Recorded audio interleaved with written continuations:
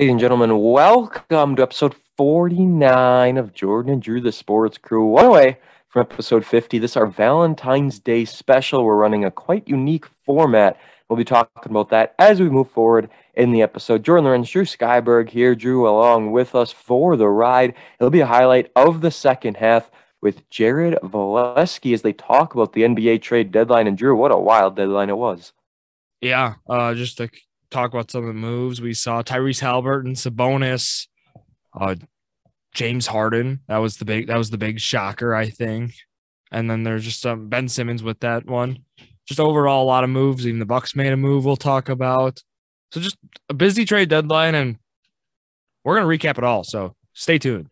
Absolutely. Not a big NBA guy, so I would add absolutely nothing to that conversation. So we're going to do a little half Jordan Drew, the Sports Crew with me and Drew, and then, or Drew and I guess I should say, and then Drew and Jared taking over the reins. Our social media pages, YouTube is blowing up, guys. 6 subscribers in the last month. We're at 45 now, getting closer to episode 50. Can't thank you all enough for the YouTube support lately. It has been crazy. Otherwise, Twitter, JD Sports Pod, Jordan Drew, the Sports Crew on Facebook, and Jordan Drew _ Sports Crew on our Instagram. Instagram followers have been going up as well. We're nearing 500.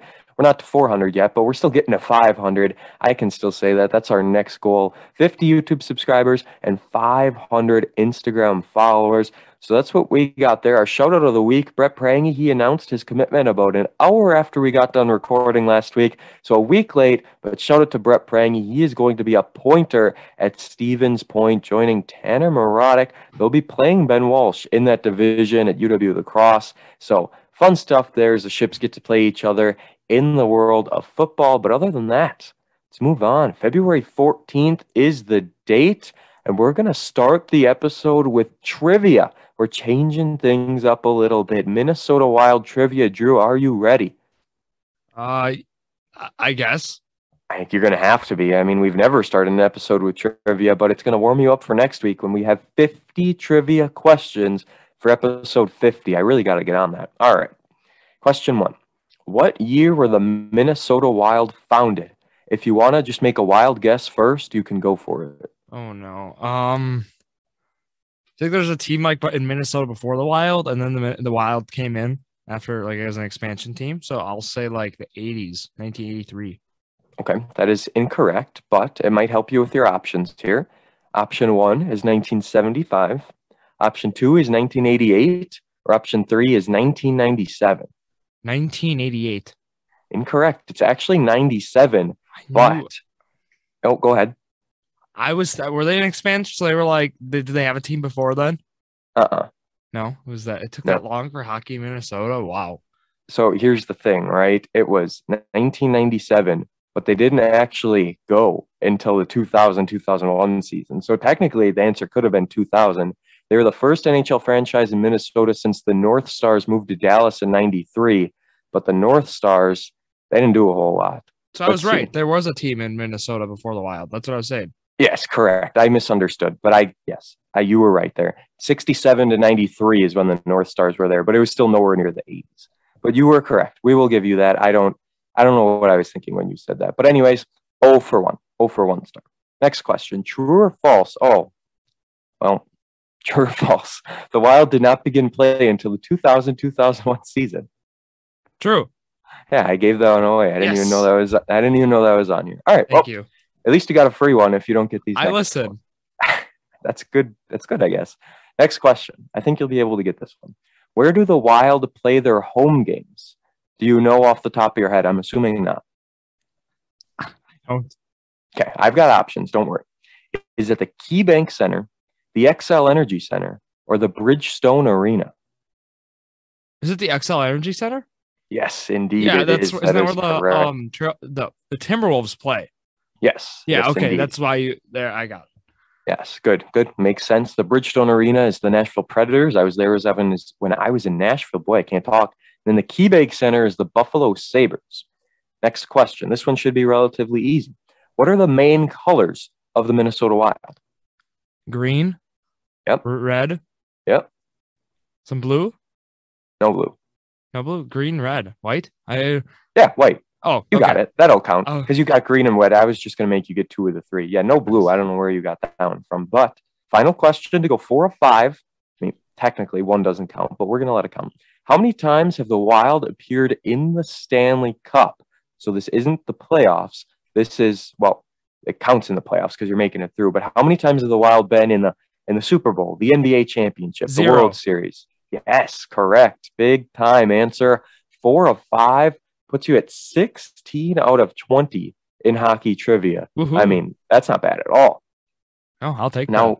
yeah, absolutely. And now season 4.5 of trivia. I have a little surprise. I'm not sure if you saw this or not, but it has been confirmed. The Quick Trip Holiday Face-Off is back. What? So, December 28th and December 29th, 2022. We already know the teams that are going to be in it. Wisconsin is in it once again. UMass is in it. Clarkson and Lake Superior State. Now, you might be thinking, who are some of these teams? Clarkson, Lake Superior State. Clarkson is ranked 19th right now. UMass is the defending national champ, and they're currently ranked number 9. Lake Superior State is in here as well. And the 4 programs combine for 62 NCAA D1 tournament appearances.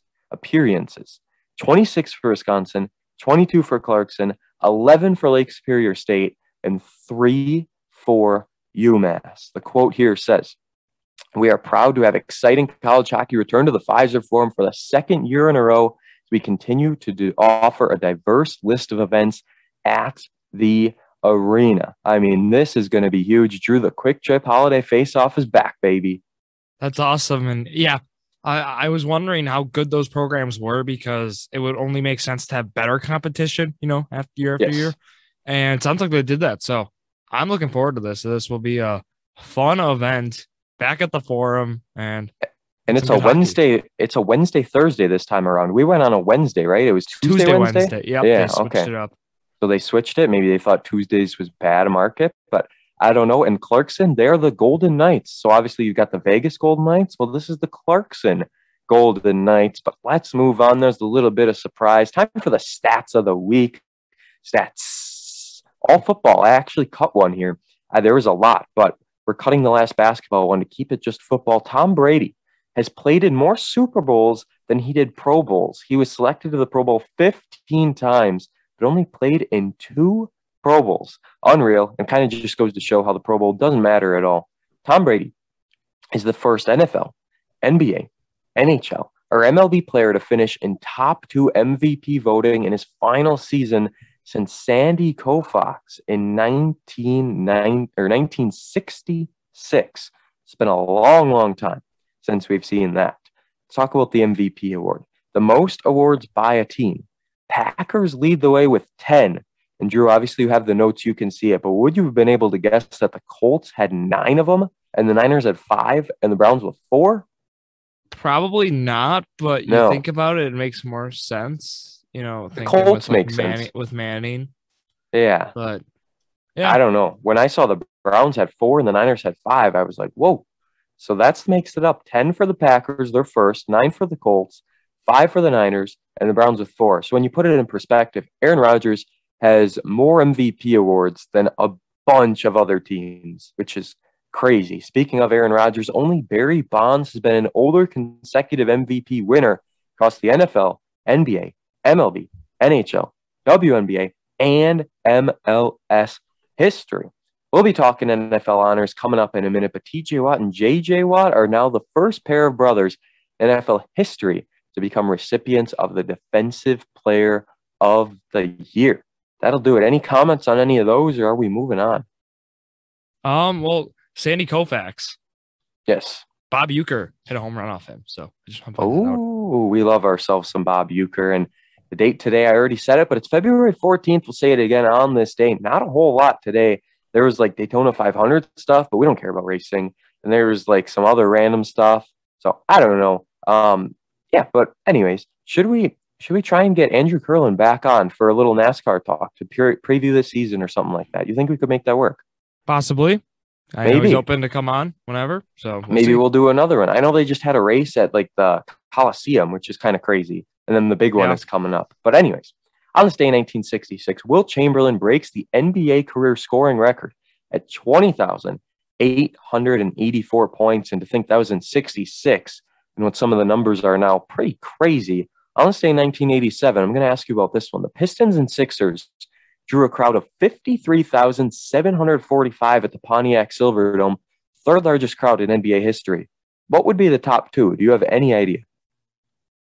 I'm thinking there are some, arenas who they might have played like probably in like some football, stadium. They might have like done something like, like in a dome stadium, you can set up a court.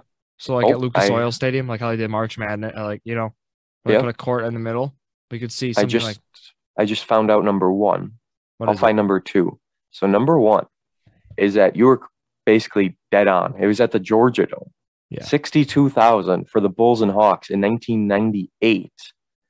And then numbers 2 and 3 are both at the Pontiac Silverdome. So that's kind of deflating. But 61,983 Pistons were played there again in 88. So they went there back-to-back years. That makes sense, I guess. But otherwise, yeah, I mean, I was shocked to see how large the number was, but that's where the Lions played, so football. Yes. Totally goes on what Drew said. On this day in 2010, we're fast-forwarding quite a bit. NBA All-Star games. This first one saw the East beat the West 141-139. Good game as Dwayne Wade wins the MVP. That at the Cowboys Stadium. Then we go to the Air Canada Centre in Toronto. 2016, 196-173. Drew, they're putting up almost 200 points in the All-Star game. Yeah, that was a crazy All-Star game. Westbrook went off. Yes, he was the MVP. 2016, that was. They just had like the draft or whatever, didn't they, for this year's? Yep. Yeah. How does this all work in the All-Star game? So like they have two captains and then they draft their teams, but then aren't the rules really weird in the game, or did they fix it? And it depends on the year. Like, for example, they did it last year. They did different because of Kobe Bryant, so they changed up the rules. Yeah, they scored like 24 or whatever. Yeah. I don't know what the rules are yet this year for the NBA, but I think we're going back to the other way. Instead of like the team with 100 points would need to score 24 points in the fourth quarter before the team with 95 points scores 29 points. It was like one of those Elam endings, they call it. So confusing. Have you ever seen the Elam ending thing? No. I watched one a few years ago, and I didn't watch the whole game. I watched like later in the fourth quarter, and they just kept going back and forth because you must have had to win by like 2 or something. I don't know what it was, but I get that part. But like the game itself just seems so confusing. Like just let the boys play, Well, the whole idea then is to eliminate the free throw contest with tons of whistles at the end of games, because now like you're competing. But are they really fouling in the All-Star game anyway? Oh no, I was just, that whole point was just to honor Kobe Bryant. They're not going to do that, I don't think. Again, this should be just a classic 4-quarter game. Okay. I hope so. Because like I said, I was very confused one time when I watched it. And it seems like the rules change every year. It's the same as the Pro Bowl. Like they're not committing. There's not flags left and right. They're just letting them play and getting transition buckets and alley-oops and dunks and three-pointers. On this day in 2018, we got to mention this one. American snowboarder Shaun White wins an unprecedented third Olympic halfpipe gold medal at the Pyeongchang Winter Games. Have to mention this as Shaun White has retired. The boy finished 4th this year, which really, really sucks, but he's retired. So thank you to Shaun White. I still haven't been watching a lot of Olympics, Drew. I don't know about you. I watched USA and Canada hockey, girls hockey, but other than that, I haven't seen much. Yeah, it's been tough kind of to watch a lot of the Olympics, a lot of other sports going on.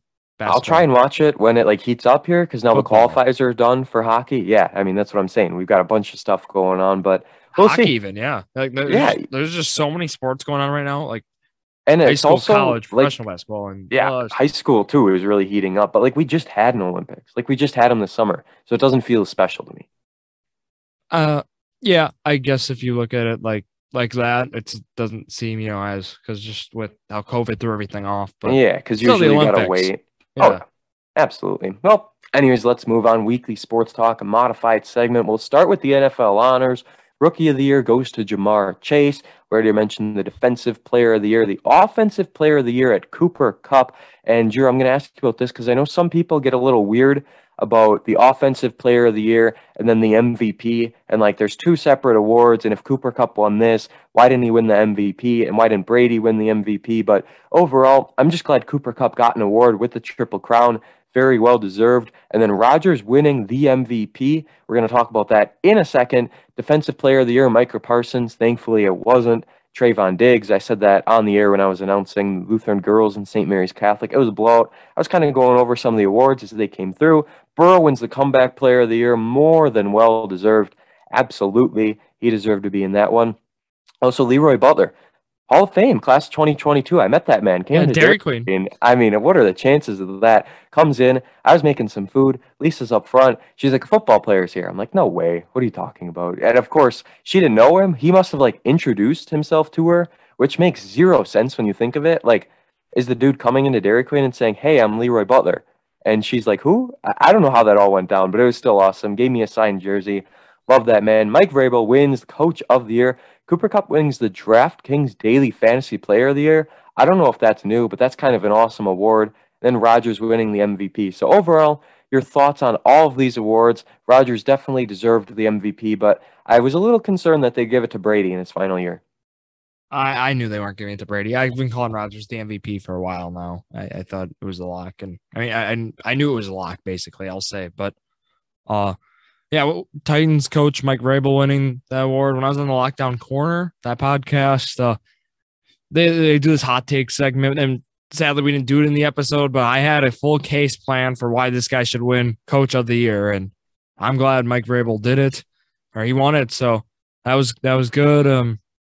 Jamar Chase, I think, like Micah Parsons, those guys were locks. Burrow was a lock.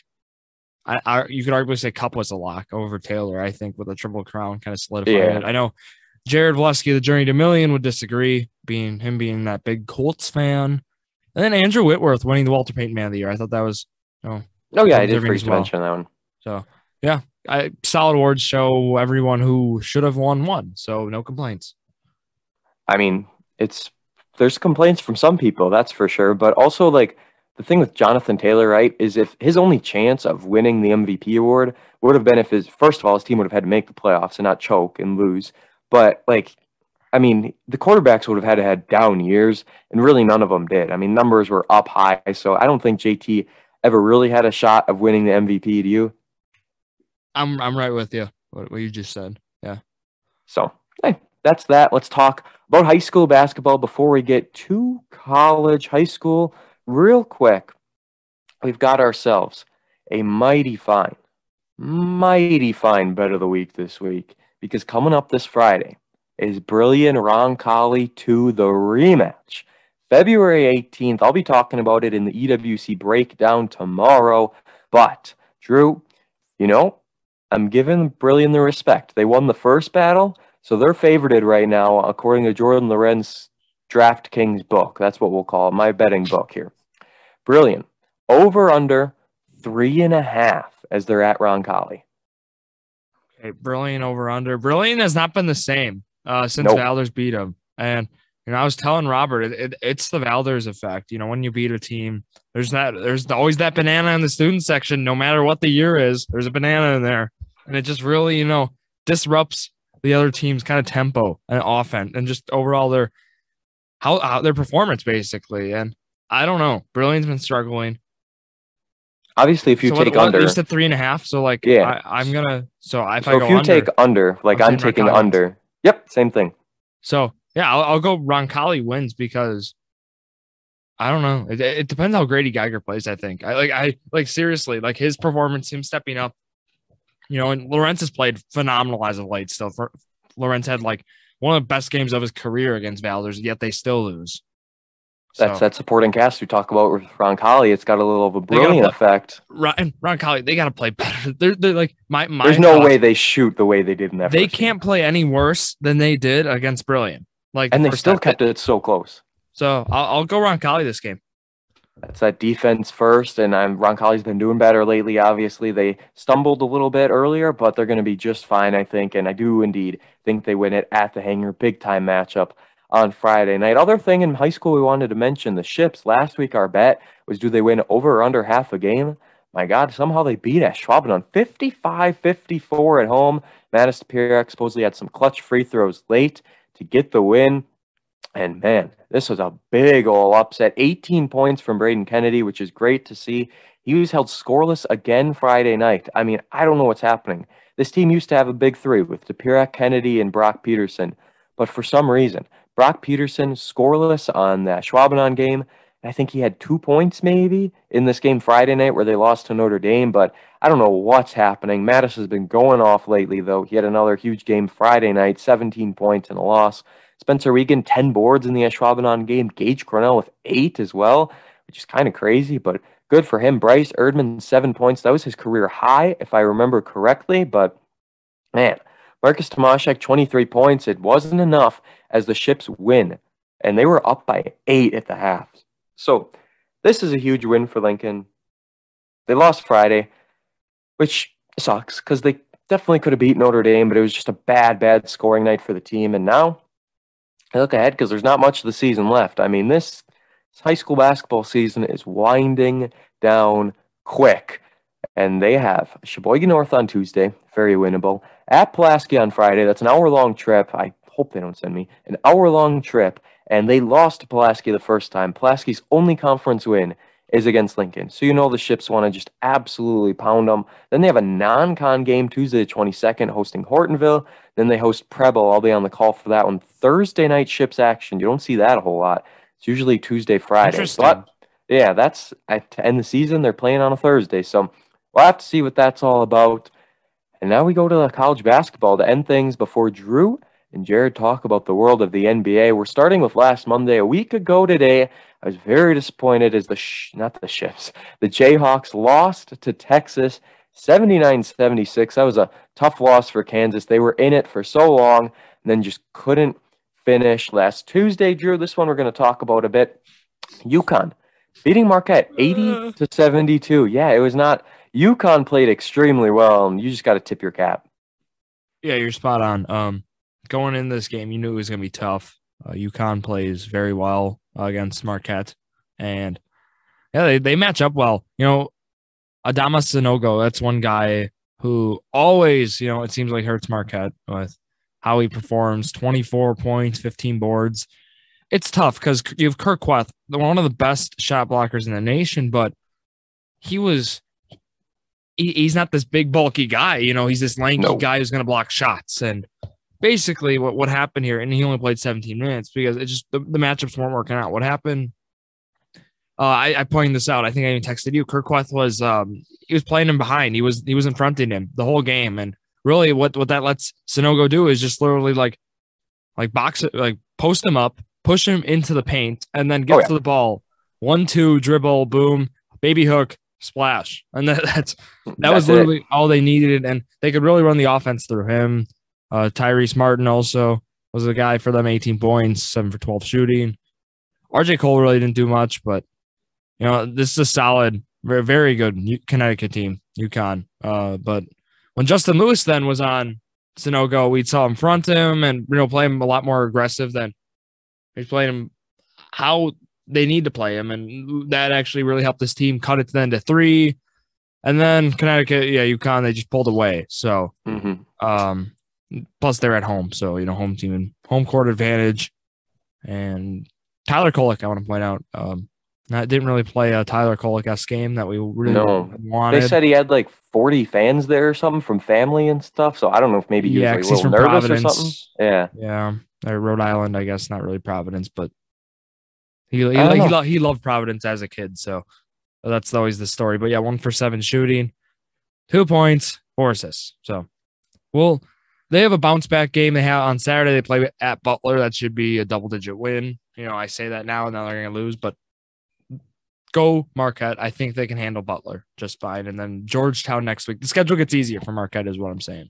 It does indeed get easier, and that's my final question to you. We're going to do another bet. We're doing a long bet on top of our normal bet this week. So Butler, that game already happened. That doesn't count. That was on Saturday. We have yet to see it, but this Marquette team, 5 games left on the season. Georgetown, Creighton, Butler, DePaul, and St. John's. Long bet. Does Marquette win out? Do they win out? Oh, my God. Okay, this is a long. Oh, well, the Marquette fan has to say yes, right? But you could easily slip up, one of those games. Is that St. John's game at St. John's, right? It's versus. Well, is it there? No, it's home. It's home. Okay. That's what I'm asking. Oh, it says versus according to ESPN, and the other ones say at, so I'm assuming it's at home. Okay, well, yeah. But I know one game of theirs got canceled because of COVID. So, are they going to make that game up? Well, it says the December 29th game at St. John's was postponed, and they haven't made it up at all. That's what I'm asking, because that was the one where it would have been there, because I could totally see them losing at St. John's. So that would have been the loss I would pick. And that would be the last game of the year if it is at St. John's, but I don't think it is. I don't think it is either, because that game was set in stone to be the last game of the year. They beat Creighton around. They beat DePaul. They sweep them. They beat Georgetown again. That's 3. Beat Butler. Why not? I'll say yes. It went out. Yeah, all right. Do it. I was gonna say yes if you said no, but I kind of figured you'd say yes, so I'll say no just in case, right? There's 5 games you could easily slip up. Sure, yeah. Say they beat Butler 2 days ago, maybe they lose to Butler by 2 points the second time because they played twice in the span of 14 days. So you never know what can happen in the world of college basketball. I'll go no just to be different.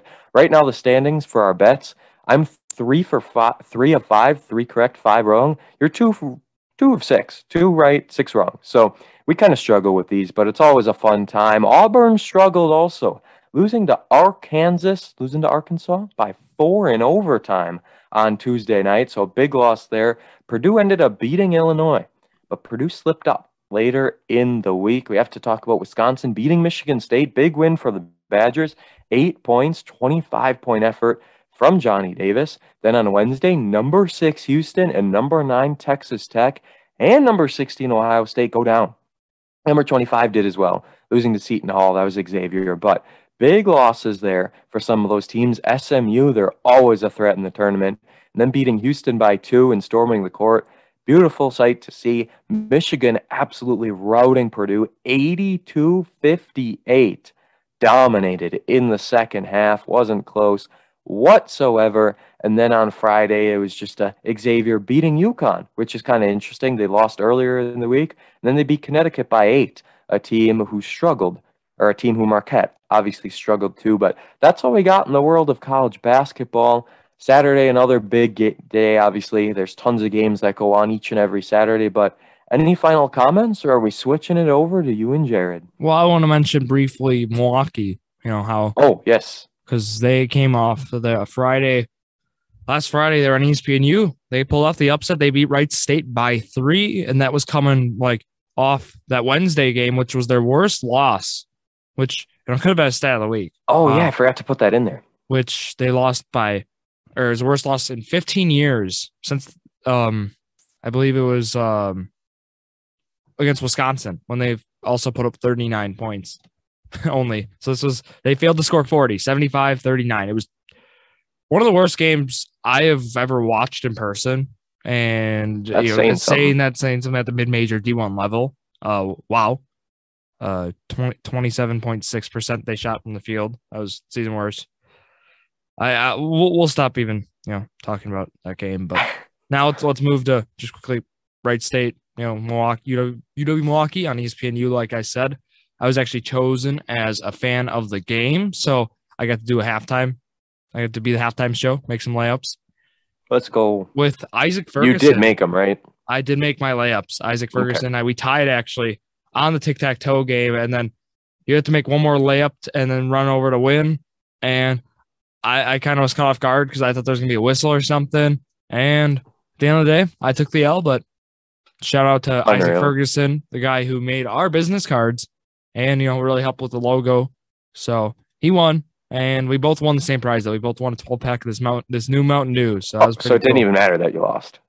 Exactly. Just a bragging rights thing. But yeah, this Wright State game, Donovan Newby was the guy down the stretch who was really the story. No PBJ. Was a game time decision. 90 minutes before the game. A lot of NBA scouts were there, and they're very disappointed, of course, because that's kind of. Oh yeah, who are you going to be scouting then? But he's only played in 11 of the 26 games to this point. That's ridiculous. He's having this ongoing ankle issue we talked about, and then of course he had COVID-19 for a stretch, so that was kind of put him out. And he's They asked him. Yeah, he said it was just soreness. And he didn't have the lift and the movement. So just day to day right now is kind of his status. So he might be ready for yesterday's rivalry game against GB. So Go Phoenix. looking forward to that because that'll be exciting. DeAndre Oh, Golston do you know also. the score the first time around? I know Milwaukee won by double digits. Yeah, I think it was like 12 or something. Yep. Golston had 11. Tafari Sims had 12 also. And then, like I said, newbie led all scores or led Milwaukee in scoring with 15. All scores was led by Trey Calvin with 18 for Wright State. So good win for the Panthers after that dreadful loss on Wednesday. And that kind of wrapped up what I had for Milwaukee. Absolutely. And now we're going to wrap things up with the two of us. Our Valentine's Day special will continue with Drew Skyberg and Jared Valleskey talking about NBA trade deadline moves right now. Episode 49 resumes on the podcast with our trade deadline talk. Here it is. Myself, Drew Skyberg, and then Jared Valleskey from Journey to a Million on to talk about the NBA trade deadline with myself, as Jordan already announced. He not really a big NBA guy, so us two will be taking over for the rest of the episode to talk. So, Jared, how are you doing? I'm doing good. I'm getting really excited to talk about these NBA trades. I've always been a huge NBA guy myself, so it's a good chance for me to finally talk about some of the trades and how it'll affect some teams when moving forward. Exactly, and yeah, with that come springtime, when EWC sports kind of dialed down, maybe you might see on Tuesdays some sort of NBA episode. Just leave that out there. We're still working on kind of an idea for that, but should be fun. So let's get right into it here. We got to start then on Tuesday. What happened for the deadline? This was last Tuesday already. So the Pacers, they dealt two-time All-Star Domantas Sabonis, Jeremy Lamb, and Justin Holiday to the Kings for Tyrese Halliburton, the Oshkosh product, and then Buddy Hield and Tristan Thompson. So I want to talk first about this trade here. I know a lot of people were not fans of this trade for the Kings on their end, and I can understand giving up a guy like Halliburton. But at the same time, you have a guy like De'Aaron Fox, and I think the idea of getting a skilled big man like Sabonis, I think Sabonis is one of the most underrated guys in the NBA. I actually tweeted that on the podcast account right away because I was like, holy smokes, they traded Sabonis. So this trade actually intrigued me a lot, and I really like what the Kings got in return. And Lamb played well in his first few games. But Jared, what are your initial thoughts? So yeah, coming off of this, I was like, I didn't understand what the Kings were doing. Like they gave up basically their future in Halliburton, as most people saw it.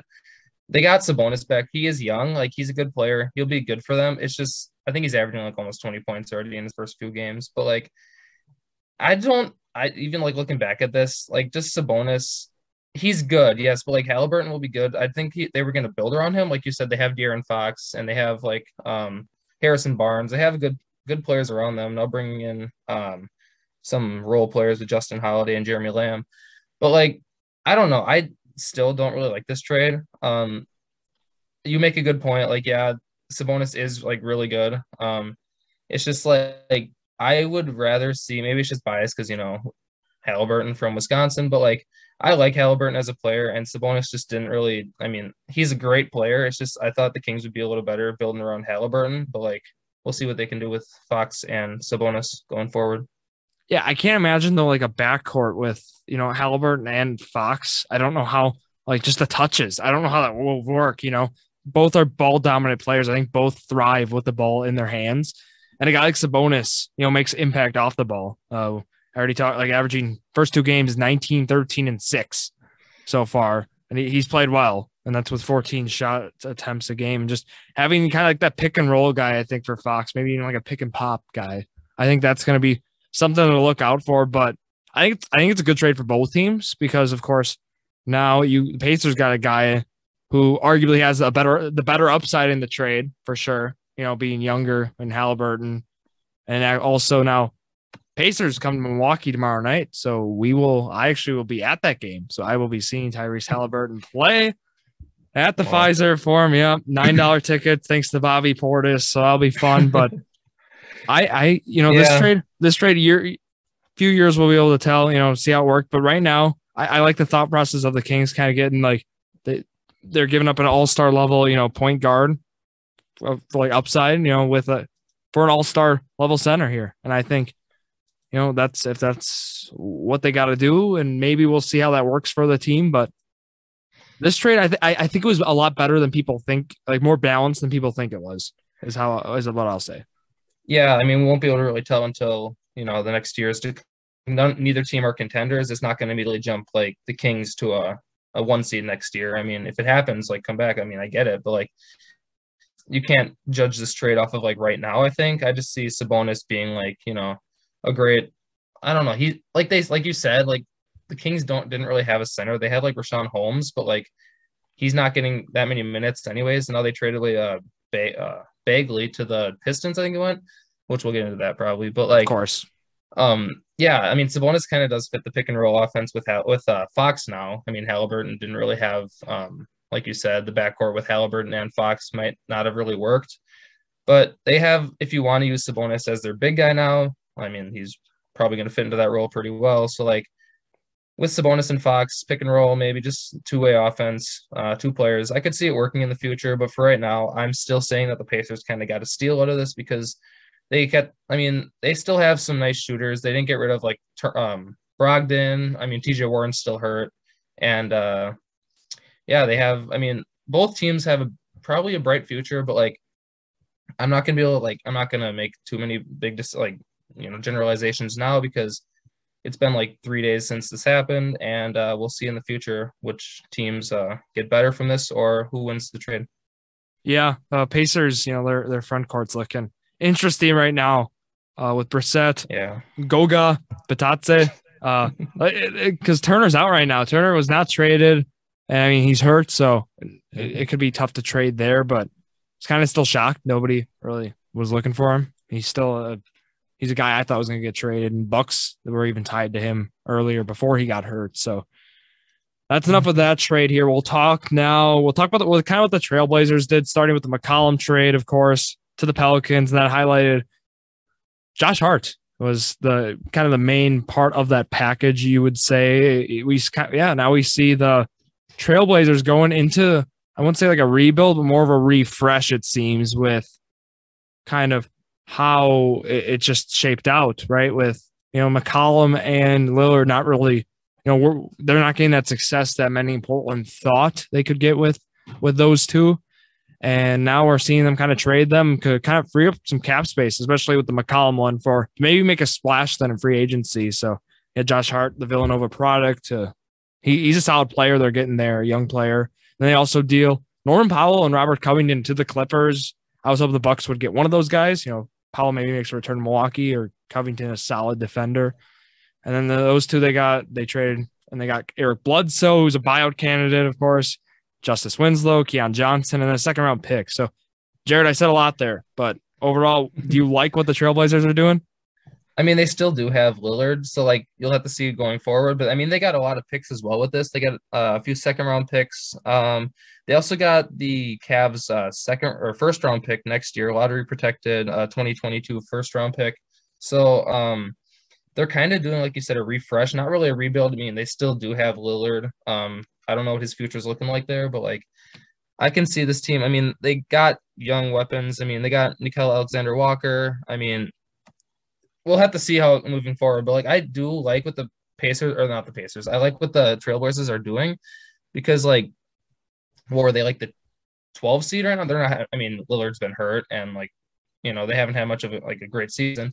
But like they can maybe rebound next year if Lillard gets healthy and still wants to play in Portland. I mean, there's been a lot of rumors going out that he was going to get traded and stuff, but I don't know. They're probably going to have to rebuild around him with some. I mean, we'll see what they do in the future. They still do have like Nurkic there, so like they do have a decent team. It's just to see where they go from here.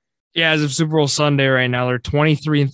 They're the 10th seed, so they're in the play-in tournament right now. And also, I want to talk about because you mentioned Alexander Walker. They traded him because they took Joe Ingles then to the. He went, So they ended up trading him to, even though Ingles is injured, just to free up the whole idea, freeing up more cap space with Ingles being a free agent. So that happened as well. But yeah, an interesting moves here by the Blazers. They're really just trying to get some young talent which I think Josh Hart, Winslow's played. He's gotten some good minutes right now because a lot of guys have been out, so that's helped his kind of stock right now, even like in fantasy sports, if you look at it like that. But Anthony Simons, he's really benefited, I think, from. I know you agree, yeah. I was just going to talk about him actually because he's fitting perfectly to that starting point guard role with Lillard being out. He's picked it up tremendously. I mean, he was a solid backup point guard, and now he's showed I don't know what he's averaging since Lillard's been out, but I like the young talent that they have there with him. Yeah, for sure. I'll pull up that right now. Anthony Simons without Damian Lillard. We'll get to see his stats here. He is averaging 18 points, 3 boards, 5 assists without Lillard. So that's a solid, shooting 41% from 3 as well without him. So if you're looking, he's put up some solid stats when he does not play with Damian Lillard. And he's going to be a solid backup guy off the bench. I think, I don't know where you play him right now because maybe with Josh Hart, you could really see him kind of slide into that 2 or 3 spot in the starting lineup. Of course, Jusuf Nurkic, he's been playing, very well as well. They have a solid center. You look at that. So this Trailblazers team, basically, they're not going any. I think next year, if they'll make a splash in free agency, I think they'll be, back in the playoffs where we have seen them in years past. I don't know how far they'll go, but yeah, we'll talk then. Another move the Pacers made. So we talked about Sabonis, and then Karis LeVert. He's played very well this year. He went to the Cavaliers, and then that was along with a 2022 second-round pick that was for Ricky Rubio, a lottery-protected 2022 first-round pick, and second-round picks in 2022 and 2027. So Karis LeVert going to the Cavs, a division rival, is how that happened. So initially, Jared, what did you think about this LeVert trade? I personally like it for the Cavs. They're all in here, and rightfully so. They play very well. So I think the Cavs made a good move here. Yeah, I agree. The Pacers, they did make a lot of moves. I mean, they did get Halliburton and everything, but they gave up a lot of picks, which picks I think in the NBA are overrated. I don't know what you think about them. It's rare that you're going to draft the next, Giannis or LeBron. It doesn't really happen often, but it could. So, I mean, they gave up 2 second-rounders, a first-rounder. And yeah, they got LeVert. The Pacers or the Cavs got LeVert. He'll fit into their offense. I think he's been hurt the last last season? I think he was hurt.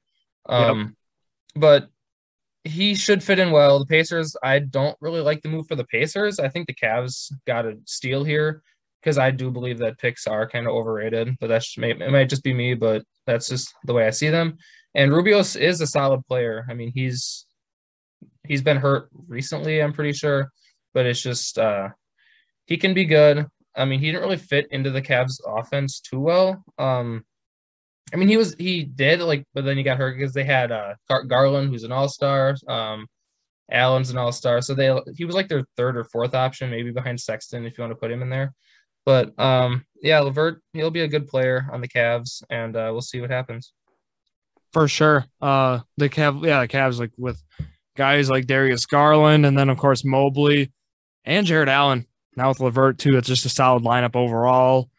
I don't know if I'd say picks are overrated, but some of the second rounders, it's turned not well. I mean, of course you've seen there's been some stars, awesome players in the second round, but just the odds, it's they're all stacked against you. But I think picks are still valuable because it's even having the potential to draft, let's say your next Giannis, next Jokic, someone, who can make a difference for your team. So you still got to value them. I understand what you're saying though, where at the end of the day, the odds are really stacked against you though. But I feel like picks are kind of used as fan service nowadays. It's you gave up this person and this person, you got this person, but you also got 2 picks. If you hear originally, you just got that person, you're like, well, there had to be something else. And then the fans here are oh, we got 2 first-rounders as well. Okay, well, this actually is a decent trade. I feel like picks are used as you're right. You can draft someone amazing and you can end up with your future. But I feel like picks can be used as overvalued. Right? Yeah, overvalued. I think that they're just they're useful. I mean, you need picks to have the potential to draft someone. But I feel like they're kind of a fan service where if a fan hears, okay, we got a few picks, then it kind of makes the deal more they like it a little bit more, I guess, if that makes sense.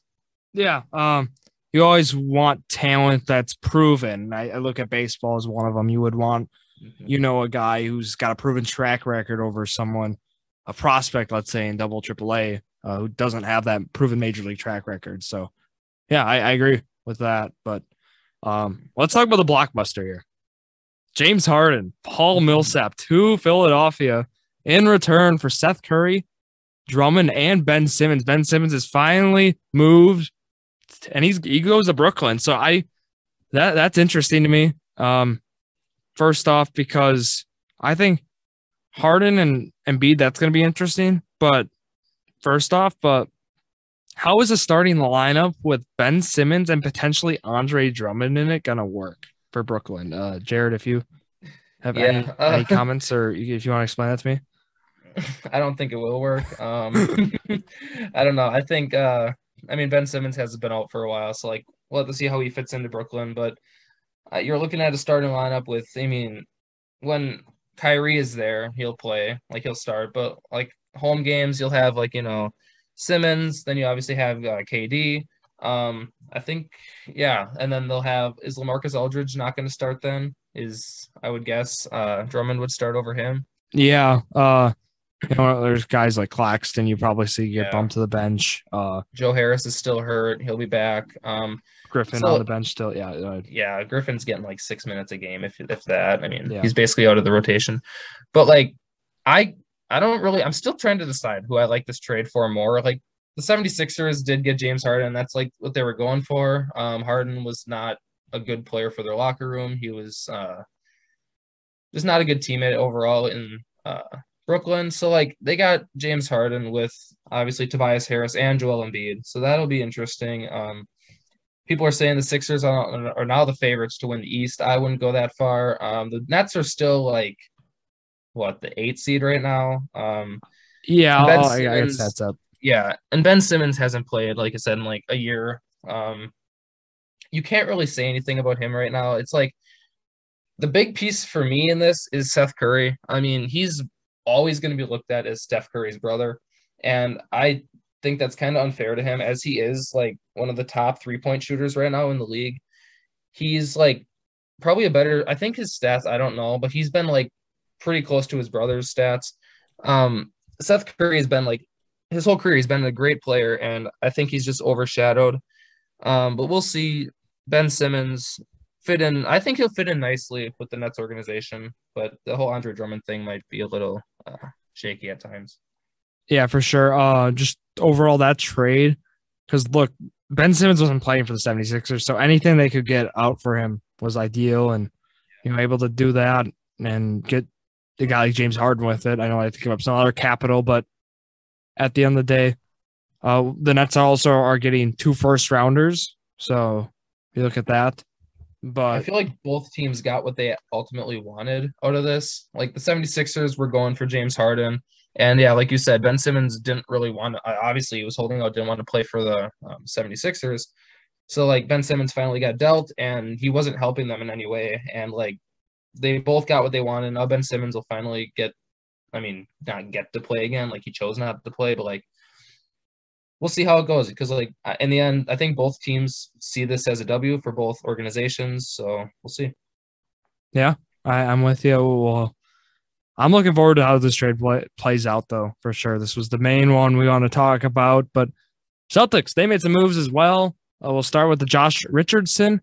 He goes to the Spurs for Derek White. I really like this move for the Celtics. It was Josh Richardson, Romeo Langford, and a first-rounder to the Spurs for Derek White. Derek White was a starter. He's really playing that shooting guard role with DeJounte Murray, who's been playing awesome this year. But, White was that shooting guard, averaging 14 points, 6 assists, and then around 4 boards a game.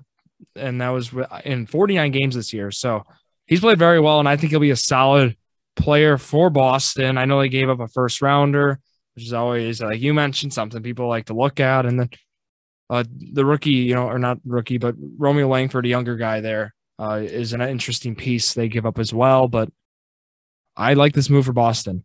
Yeah, I would say for Boston, I love this move as well. I watched the Celtics game today. They played against the Hawks, and Derek White's coming off the bench for them. Jason Tatum dropped 38 points. I picked against him in betting, so kind of lost that pick there. But Ouch. Derek White, yeah, I took an over 21.5 for Derek White, points, rebounds, and assists. He hit that. He had like 30 or so. He's looking good on the Celtics. I think he fits right in with that bench spot. He's first man off the bench. I think he's sixth man. Comes in as a nice backup. But yeah, he's a great corner shooter. He seemed to be in this game. Like just going off of this game generally, but Derek White's been a nice, really good acquisition for the Celtics. We'll see what he does there. I mean, Celtics are now, I think, on a 9-game winning streak. They have been rolling. They're the hottest team since January 1st. And I think he'll just add fuel to the run they have going on right now. Exactly. Next trade here with the Celtics. Celtics, they trade Dennis Schroeder and then Enes Freedom. So they go, and then that was also with Bruno Fernando to the Rockets for big man Daniel Tice. So Daniel Tice makes his comeback, and then the Rockets, they waive Enes Freedom. So he is not part of the team anymore, but interesting move here. Schroeder's kind of moved around. It's been very inconsistent, it seems, for the Celtics. And when you make a move for Derek White, it ended up being they have to trade another guy out. So, but Daniel Tice coming back, I think that was good for Boston as well. Yeah, what do you think? Because I saw an article that said right before Dennis Schroeder got traded, it was right before the Bucks gave up DiVincenzo. People were saying that there was going to be a Dennis Schroeder DiVincenzo trade. I didn't really like that, but then this came out, and I was kind of happy that Daniel Tice returned to the Celtics. Good for him. I mean, whenever I see Daniel Tice, I just always saw him as a Celtic, even when he was on the Rockets. I mean, it's just like I thought he just fit the city. I don't know if that's just me, but like Daniel Tice has always been a Celtic for me, and it's nice to see a player that I think he loves the city. Like, nice to see him return. And like the Rockets are not a good team. They have some future, but I mean they're playing all their young players right now. So yeah, this will be we'll see how this one turns out. But I like that Daniel Tice gets to return to Boston. Yeah, you're spot on with that. We'll talk next about some Wizards moves here. Wizards, they trade Montrezl Harrell to the Hornets. So that happened. And then sending Washington Ish Smith, Vernon Carey, and a second-round pick. So Montrezl Harrell, he's averaging 14 points, 7 boards, and he's been a solid piece for Washington. He's been, hovering around the center spot, or he's been coming off the bench still, even with Thomas Bryant getting some starts as well. So, yeah, it's been interesting because Harrell has not been on a winner, and he's been a little upset with that, as reports have said. So, getting to a team that's kind of not going to say contending, but they're in the thick of it for the playoffs in the Hornets. So, I think for both teams, I think this is just a good trade. Yeah, and Montrezl Harrell, I think it wasn't last year. It was 2 years ago. I think he won the Sixth Player of the Year. Yep. So he was proven to be a great bench player. I'd say, not a starter. I think he's a little older too, so like he's not going to have many years left. But yeah, the Hornets get him. I think it's, like you said, a good trade for both teams. I mean, Wizards didn't get much in return, but they did get that second-round pick, which I don't know how that'll turn out. But all these trades with these picks, you don't really know the value of them until they're actually like used up, like the picks. But we can look back maybe like after the 2023 draft and see who they got, and look back on this trade and see how impactful it was. For sure. Another move Wizards made. I like this move. Kristaps Porzingis to the Wizards for Spencer Dinwiddie. His days in Dallas are already over. 3 years into the making there, but we'll talk about the package here. Yeah, it was Porzingis, and then Washington also received a second rounder in return for Spencer Dinwiddie, who's played well as of late, and then also Davis Bertans, the sharpshooter for formerly the Wizards, but now the Mavericks. But I don't know. Like I said, I like this. Porzingis averaging 19 points, 8 rebounds. Of course, the concerns with him is always injury. But, he's been a solid player, a borderline all-star, I'll say, when he's healthy. And that's been proven in his career, I'd say. Jared, initial reactions with that? So right when it came out, I was sitting in my dorm, and I was like, I saw Porzingis traded. I'm like, okay, so they got Dinwiddie and Bertans. I'm like, okay, I mean, is there anything else? And it turned out, it wasn't anything else, because they also the Wizards threw in a 2022 second round pick. I was surprised by that. I'm like, okay, so we can all agree Porzingis so far has been the best player out of everyone traded here.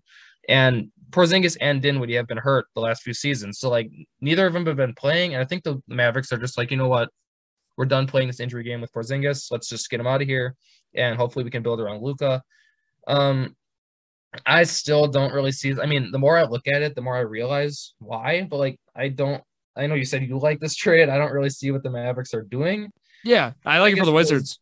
Yeah, Porzingis was like their second player, and they gave him up for. I mean, yes, Bertans is a really good shooter, and Dinwiddie, he can be when he's healthy, but same as Porzingis. So, like, I think the Wizards easily win this trade. Yeah. Him playing again or by Kuzma, and like they got a lot of good players down. When Beal comes back, I think he's out for the season, but when he's back, they'll have a lot to play around. And I think that they're doing this also to please Beal. Like, okay, Beal, don't leave. We got some help for you. We can build around you. We got Porzingis now. Like, you know, they might be able to keep him if he does want to trade. But yeah, I think the Wizards got a good. Yeah, Spencer Dinwiddie, you know, now Jalen Brunson and Luka. So it had a little congestion right there now with this trade by the Mavericks.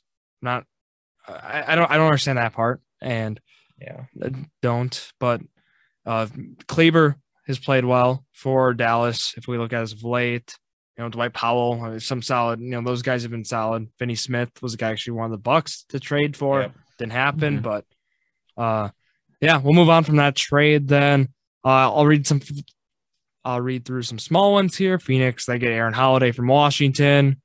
And then also another one was Jalen Smith gets traded to Indiana for Torrey Craig. Torrey Craig returns to Phoenix. That was cool. The former Buck. He was out with the team last year. Another playoff run for Torrey Craig. Yep. I think he got a ring last year, didn't he? He did, yeah. You bet. Bucks, yeah. So that's cool to see. I mean, Jalen Smith is young still. I mean, that was a decent trade. I out of Maryland, think much right? of it. Yep. Yeah, exactly. I didn't think much. Big Ten. Yep. I didn't think much of it, but like, it's just, I mean, two players that are decent. I mean, the Suns got cash considerations, but like, it's Pacers got to pick. It was just whatever trade kind of for me. Yeah, a few more here, and then we'll talk about the Bucks trade, and then we'll talk about how that impacts them. Here, Celtics, they trade Bol and PJ Dozier to the Magic. So that happened. And that was for a second rounder. Not really much there. But yeah. Moses Bol from UW Milwaukee beat my Panthers beat Jared's Green Bay Phoenix yesterday now. The 4-20 Green Bay Phoenix? Yeah, they got the season sweep on the Phoenix. So no Panthers. But Raptors, they traded Goran Dragic to the Spurs, and then we talked he's going to be a buyout candidate. So that's going to be interesting because Thaddeus Young also was that. And go ahead. The Bucks were looking at Goran Dragic too. I think it was like Bucks and a few other teams like Nets. I don't know what all the other teams were, but yeah, they were looking at Goran Dragic as a possible, pickup. And we'll talk about why, because here we go. Milwaukee Bucks. Marvin Bagley goes to the Pistons and Serge Ibaka goes to the Bucks, and those are the headlines in a 4-team trade. Here we go. Marvin Bagley, as I said, goes to the Pistons, and then the Kings, they receive Dante DiVincenzo from the Bucks. And then the Bucks, they acquire Serge Ibaka from the Clippers. And then the Kings, they get Josh Jackson and Trey Lyles from the Pistons. And then the Clippers, they're getting Semi Ojeleye and Rodney Hood from the Bucks. And that makes sense. And then the Bucks will also receive 2 future second-round picks and cash. So the Bucks get some picks there, and they get Serge Ibaka. But okay, I'll give my initial thoughts. I like getting the backup big. I know people are going to be mad. They're going to be like, Ibaka was the guy they had in mind over DeMarcus Cousins, and I can understand that. But you get rid of Ojeleye, you get rid of Rodney Hood. I know Dante's kind of sad. That was tough, but at the end of the day, after this, they would have had to pay him. I was thinking of sign and trade in the offseason. He really didn't help his stock. It looked like more he was hurting his stock. So I think you have to trade him now for what you could get. So I agree with that. Yeah, I think DiVincenzo's like stock was going down after his injury, and if you're gonna trade him, you gotta get him out now. So it's gonna be sad to see him go, but like I do like this trade. I don't do I think Serge Ibaka is gonna be better than DeMarcus Cousins? Like, I don't know. We'll have to see, but like I liked Cousins a lot more as of now, but like Serge Ibaka, he'll be a good backup if Portis is starting, but then Lopez will come back. If he comes back, we don't know anything about him really yet, but we'll have to see. I do like the trade though, that the Bucks get the backup center. Yeah, Bucks are better off, I think, at the deadline with that. And then Marvin Bagley, just that whole issue with the Kings. I mean, that can be alarming a little with Sabonis going there. Because look at how the number 2 overall pick in 2018 and Marvin Bagley, it's turned out not well for him there. He was benched last year, or in October it was. So it just has been interesting. And then we saw the Lakers not trade Russell Westbrook. I thought that was, it hasn't really worked out as many thought. They said they're gonna hit the buyout market. That's not gonna help. There are a few, but that's not gonna help your team make a deep playoff run. You have like 6 Hall of Famers on your team, and I don't know how many more years they have of this. You know, they got Westbrook. LeBron's like 37. They're getting up there. Melo's there. What else do they have? I mean, obviously Westbrook, AD, probably future Hall of Famers with LeBron, of course. What else do they have? They have a few, whatever. We don't have to talk about them. I don't like the Lakers, but they had to do something, and they missed their chance. I don't think they're doing anything this year. I think they're at like the 8 or the 9 seed right now. If anything, they'd make the play-in and go against a decent team, I would guess. So, like, you never know with them. I mean, it's the Lakers. They won 2 years ago, and they have their ups and downs. So I don't know. For sure, but overall, I'll rate and I'll say the Bucks are looking better off than they were. I'll give their trade deadline, maybe a 6 or 7 out of 10. Just what they did what they needed to do, I think. But if you are Milwaukee, you're more concerned now with a team like Philadelphia solely because they got James Harden now. I think so. Miami and Milwaukee both probably are looking around and being like, okay, teams around us got better. How do we do? I mean, they didn't get as better as other teams did, but I don't know how much better the Bucks need to get. So I think if that's a fair assessment. What do you think? Yeah, it is, because like you have to remember the Bucks team just won the NBA Finals last year. So if you have a good team that just proved they can win the finals, why make trades to destroy your team when you have what you need?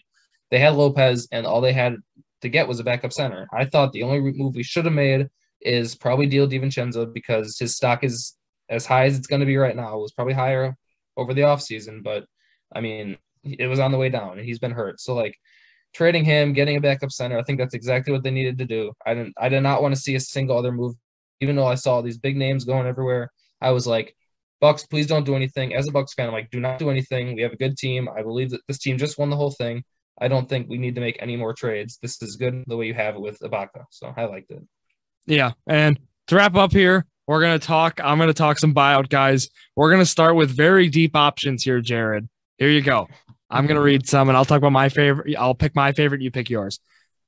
Twan Moore from Orlando, Michael Carter-Williams, Jared Culver, Kevin Knox, DJ Augustin, Ben McLemore, Andrew Eubanks, Thomas Satoransky, and then Mike Muscala. Okay, which one? These are as deep as I'll go. Anyone there for any that you think solid candidates there? You said Jared Culver, right? I did. Yeah. Wasn't he like a 3rd pick or something like that, like a couple years ago? Not that high. No. He went like first top round. 10. He was top 10, I think. He went. He went with the T Wolves. He just needs he needs minutes. So I think if you get him to a team not contending, he's a candidate.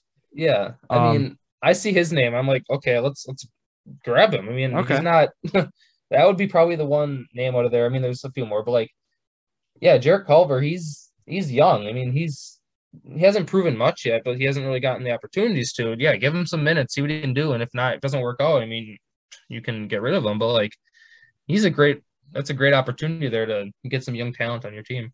Yeah, I'll name 3 quickly: Ben McLemore, Drew Eubanks, then Mike Muscala, solely Mike Muscala. The chance with him reuniting with former coach for him, Mike Budenholzer, when he was in Atlanta. There we go. There's a connection. Milwaukee Bucks. I know they're big, but why not another? So right. That kind of wraps up the bottom tier of those guys. I'll read some guys everyone will know here: Paul Millsap, Tristan Thompson, Ennis Freedom, and then Corey Joseph. Anyone there? And his freedom, yeah. I mean, okay, maybe. Who were the first two you said again? I said Paul Millsap, Tristan Thompson. Okay, Tristan Thompson. Okay. Millsap didn't. I mean, he got his spot just taken from him basically with the new acquisitions. But like, um, I don't know. I'm sure they could better a team that like they're not going to go on a contender and make a big difference. But like Tristan Thompson, he's been with the Celtics, with the Cavs. I mean, he's been all over the place. He's a little older too. I mean, you could maybe put him on a team that needs a little depth, but at best he'd play a backup or a garbage time minute position, I think. But like, I mean, why not join the Lakers? You know, he's probably fits their age range a little bit. So like, put him on the Lakers. Yeah, and the whole Corey Joseph one was the one I was going to take, but he's got a $5.1 million player option, so the odds of him getting bought out are very unlikely. Yeah. I still, I'm going to take him because if he gets bought out, I think he is a guy, that other teams that are looking for a guard should take, shooting 43.1% from three this year. Oh, I didn't know it was that high. Okay. He's been solid for Detroit. He's been actually stepping in that starting role, getting a lot of touches too with Cade being out certain games, but here we go. Here's the top guys, I'll say. The top buyout candidates. Robin Lopez, Dennis Schroeder, Eric Bledsoe, Goran Dragic, Gary Harris, and then John Wall is an interesting one because his whole salary. That's a home run guy there. But the concept, with it all being how it is, it might be better if they buy him out because he has 1 year left after this one at $47 million. Yeah, I think like last year or 2 years ago, he was the second highest paid player in the league and he wasn't even playing. Like, it's crazy how he's still getting that much money and just sitting. I mean, he's sitting for a good reason. I mean, letting the younger players develop. But it's just like, yeah, you see John Wall. I wouldn't, touch him yet. I would say, like you said, he's 1 year left on his deal, right? You said that? Yeah. No. So I'd say you keep him there. Who you said? I'll read him. Harris, Dragic, Bledsoe, Schroeder, Lopez. Bledsoe. It would be funny if the Bucks could just get him back. No, you don't. I'm totally not. It didn't work. It didn't work, but like he could be a solid bench player for us. I mean, Robin Lopez. Yeah, with Brooke. I mean, yeah, but you see Bledsoe and you just think, oh, we get him back. I mean, we got, you look at like we got Wesley Matthews back. So I would say, Bledsoe, that'd be kind of cool. Just if the Bucks do make another run, you can get him a ring. He could be a solid bench player for us. Yeah, but I don't know. I watch him shoot us out of games. Dragic, of course, is a guy who I think top my list. And then Robin Lopez, I'll throw in there. Just some sleeper guys there, no pun intended. Go join our sleeper squad. People won free $15. 3 crypto commercials were aired, so everyone won $5 if they did a contest for each crypto commercial. So $15 will be added to my sleeper wallet, which is awesome. We love sleeper. So, but yeah, the buyout options, we read them there. Trades, we talked about it. So, anything else you got, Jared? No, teams are fighting. Eastern Conference looks pretty good right now. We got a few like a week left till All-Star break, and then we'll make the final push for see who makes the playoffs. It should be a fun future as NBA fans. See who fights for those top seeds, and I guess we'll just see in the future. Yeah, the EWC stuff wrapping up. State basketball March 17th through March 19th. So around there, we're gonna do like our EWC recap and such with the awards show, all that good stuff. But after that, expect basketball. When the playoff pushes start, Jordan Drew, the Sports Crew, will be covering it. We'll have some sort of Journey to a Million basketball themed series here on the podcast. So keep a lookout for that. But that wraps up the episode here. Thank you all for listening to yet another episode of Jordan Drew, the Sports Crew, the perfect podcast for you.